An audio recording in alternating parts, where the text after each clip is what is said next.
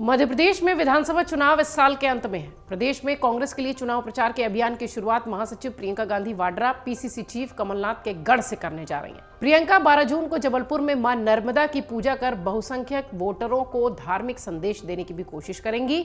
इसके बाद बड़ी जनसभा को वो संबोधित करेंगी। इसकी तैयारी कांग्रेस जोरों शोर से कर रही है। इस रैली में 1 लाख लोगों को जुटाने की तैयारी है। प्रियंका गांधी 12 जून को दोपहर 11:30 बजे के आसपास शहीद स्मारक पहुंचकर वहां विशाल जनसभा को संबोधित करने वाली हैं और इसके बाद कांग्रेस की तरफ से विंध्य, मालवा, निमाड़, ग्वालियर, चंबल और बुंदेलखंड में भी सभाएं होनी है और प्रियंका वहां एक्टिव नजर आएंगी। इसमें पार्टी के बड़े नेता हिस्सा लेंगे। पार्टी ने बड़ी जनसभाएं करने की भी योजना बनाई है।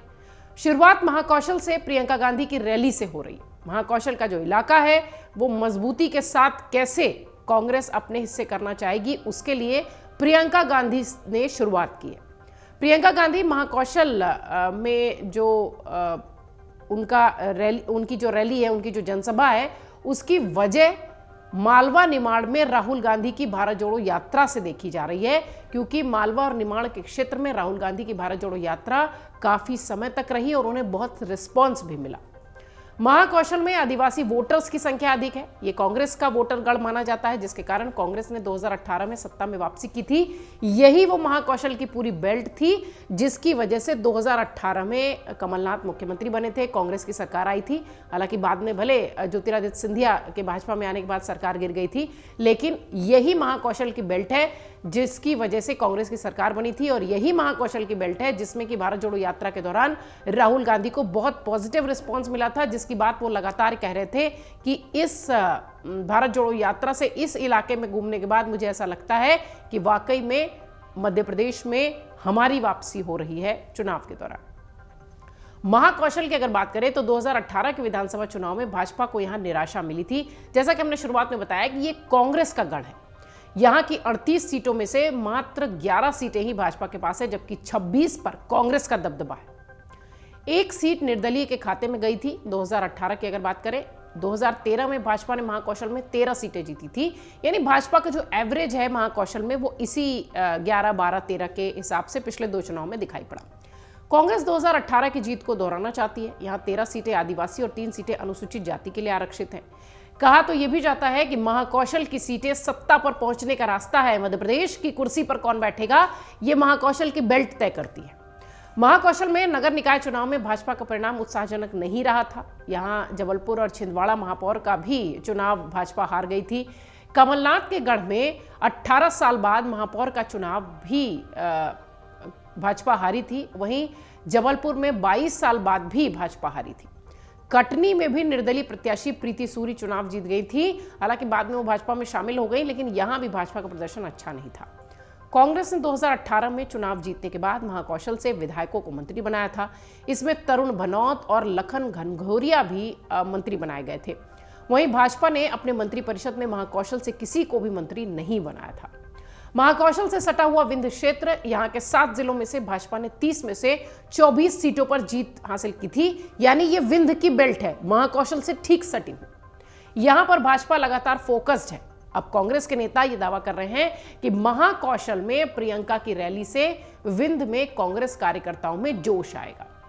आपको बता दें कि 2018 में कांग्रेस जो है वो प्रदेश में सबसे बड़ी पार्टी के रूप में सामने आई थी, लेकिन जैसा कि हमने आपको बताया कि 2020 में ज्योतिरादित्य सिंधिया और उनके 20 विधायक विद्रोह करके मध्य प्रदेश कांग्रेस से बीजेपी में आ गए, जिसके बाद की सरकार गिर गई। इसके बाद शिवराज सिंह चौहान के नेतृत्व में बीजेपी की सरकार बनी। बीते 5 साल में अगर देखा जाए तो मध्य प्रदेश ने 2 सरकारें देख ली। 2018 में आए चुनाव नतीजों के बाद राज्य में 15 साल बाद कांग्रेस ने सरकार बनाई थी। कमलनाथ राज्य के मुख्यमंत्री बने। हालांकि राज्य की कमलनाथ सरकार 15 महीने बाद ही गिर गई। 15 महीने बाद जब फिर से राज्य में भाजपा की वापसी हुई तो पिछले विधानसभा चुनाव में मध्य प्रदेश के 230 सदस्यीय सदन में कांग्रेस ने 114 सीटें जीतकर सबसे बड़ी पार्टी के रूप में ये उभरती दिखाई पड़ी थी, जबकि भाजपा के इससे मात्र 109 सीटें आई थी। ये तो बात हो गई पिछली बार के परिणाम की। अब आपको बताते हैं कि मध्य प्रदेश में कांग्रेस क्या क्या तैयारी कर रही है, क्योंकि प्रियंका गांधी को यहां मजबूती के साथ उतारने की तैयारी है।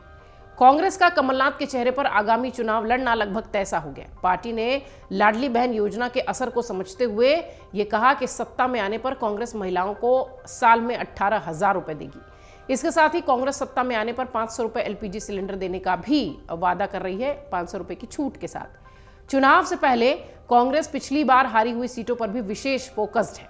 पिछली बार विंध्य के क्षेत्र ने कांग्रेस को जीत में साथ नहीं दिया था, जीत में बाधा बनी थी। ये विंध्य के जो बेल्ट है वो बीजेपी के साथ रहा था, इसलिए कांग्रेस अब यहां खोई हुई जमीन तलाश रही है। यहां संगठन को मजबूत बनाने की जिम्मेदारी चल रही है।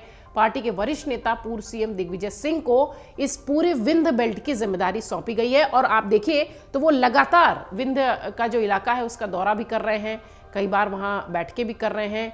आम जो लोग हैं उनके साथ साथ जो बूथ लेवल के कार्यकर्ता है उनसे भी दिग्विजय मुलाकात कर रहे हैं। यानी विंध्य बेल्ट का पूरा जिम्मा दिग्विजय सिंह ने उठाया है। मध्य प्रदेश कांग्रेस में मुख्यमंत्री के चेहरे को लेकर कोई असमंजस नहीं है। कमलनाथ ना तो शीर्ष पर उनका कोई प्रतिद्वंदी है और ना ही रैंक में उनसे कोई आगे है। कमलनाथ की राह एकमात्र जो बाधा पहुंचाएंगे वो हैं ज्योतिरादित्य सिंधिया, जो कि अब पार्टी में नहीं रहे हैं। साल 2021 में सत्ता से बाहर होने के बाद उन्होंने अपना समय पूरा तरह से समर्थन जुटाने में ही किया है और कमलनाथ इस समय कह लीजिए कि एक स्पष्ट सीएम के चेहरे के रूप में दिखाई पड़ रहे हैं और राज्य में कांग्रेस ने भी लगभग ये स्पष्ट ही कर दिया है कि हम कमलनाथ के साथ ही सरकार चुनाव में जाने वाले हैं। प्रदेश कांग्रेस अध्यक्ष कमलनाथ लगातार मध्य प्रदेश का दौरा कर रहे हैं। शिवराज सिंह चौहान सरकार के खिलाफ एक माहौल क्रिएट करने की उनकी कोशिश है।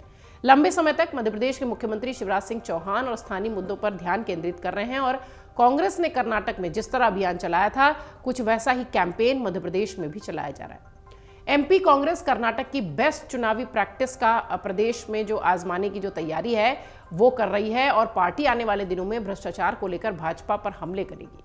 संभावना यह भी है कि ये जो पे सीएम पोस्टर कैंपेन जो कर्नाटक में काम किया था उसका नया वर्जन एमपी में भी लॉन्च होगा। कर्नाटक की जीत के बाद से जिस तरीके के कर्नाटक के समीकरण रहे, क्षेत्रीय मुद्दे रहे, जिस तरीके से प्रादेशिक मुद्दे रहे, वो सब अब कांग्रेस मध्य प्रदेश में भी उठा रही है और ये शायद एक प्रैक्टिस में लाने का प्रयास कर रही है कि जो भी चुनावी राज्य होंगे हम वहां इस तरीके से चुनाव लड़ेंगे। इसी कड़ी में प्रियंका गांधी और कमलनाथ को फ्रंट फुट पर तैयारी के लिए उतारा गया है, क्योंकि ये तो तय सी बात है कि भाजपा का मजबूत गढ़ मध्य प्रदेश में है और अगर विंध्य की जो बेल्ट है अगर वो मजबूती से भाजपा निकाल लेती है तो एक बार फिर कांग्रेस के लिए ये बड़ा परेशानी का सबब होगा। अमर उजाला अब आपके टीवी पर भी। अपने स्मार्ट टीवी पर YouTube पर सर्च करें अमर उजाला, चैनल सब्सक्राइब करें और देखें ताजा खबरें, वो भी HD क्वालिटी में।